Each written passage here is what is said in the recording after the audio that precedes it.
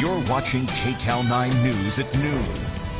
Families all across Southern California are struggling these days to stay afloat. So how do you stay happy and optimistic as you try to survive this economy? Well, Dr. Wendy Treynor has some great ideas. She has tips for people who are unemployed, facing other challenges.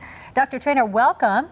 Thank you for having me, Dave and Sandra. You talk about this road map to happiness. What do you mean by that? There's not actually a map that you can open up and look at. Very good question. Well, I view it as a treasure map, and that the treasure is who we are.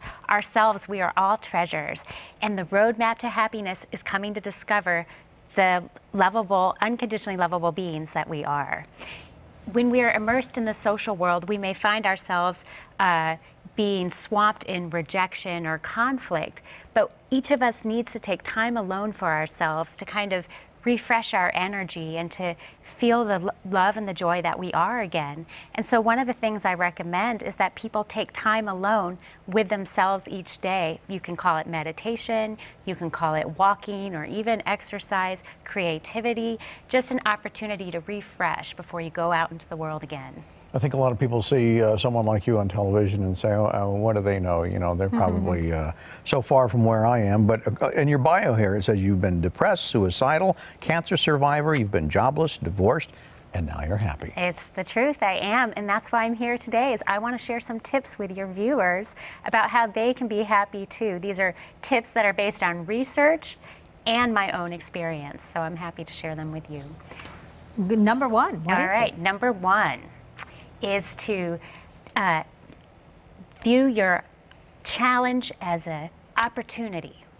So your challenge is your treasure. And then number two is to accept everything as it is, not how you wish it would be.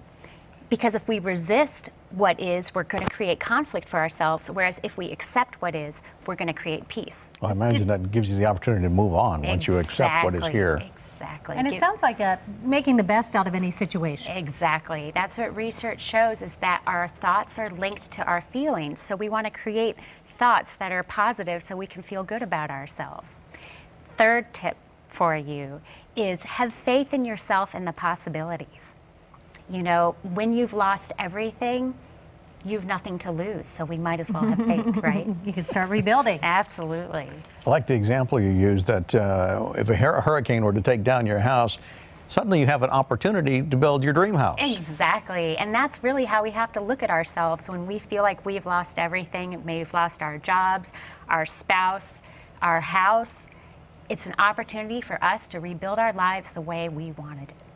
And you went through a period of unemployment a few years ago, had this great degree, and you went out to change the world, and you were going to get a job, and then what happened? And then I didn't get a job. I applied to over 100 positions, and my dream was to become a professor, and I couldn't land the job. And unfortunately, at that time, I had linked my self-worth to my ability to land this kind of position, and as a result of my inability to land it, I became, I felt low self-esteem, depressed. I even had suicidal thinking.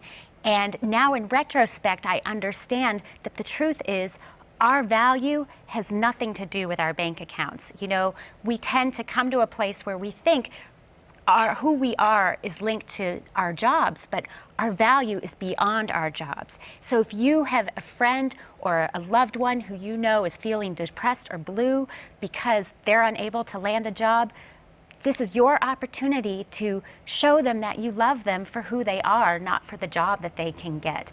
And if you yourself are feeling depressed or blue, you know, ask yourself, am I in a social environment where people are accepting me for who I am? And if not, it's an opportunity for you to create a new social environment for yourself where you can find people who accept you as you are, because research shows that our as a human species has a tendency to like people who are similar to them. And with the advent of the internet, now it's easier than ever to find people who will share your interests. One of the ways to do that, you suggest, is by volunteering. Yes, I think volunteering is a wonderful way for us to create happiness for ourselves. It gives us an opportunity to discover where true wealth lies. All right, Dr. Wendy Treynor, thank you so much for being here.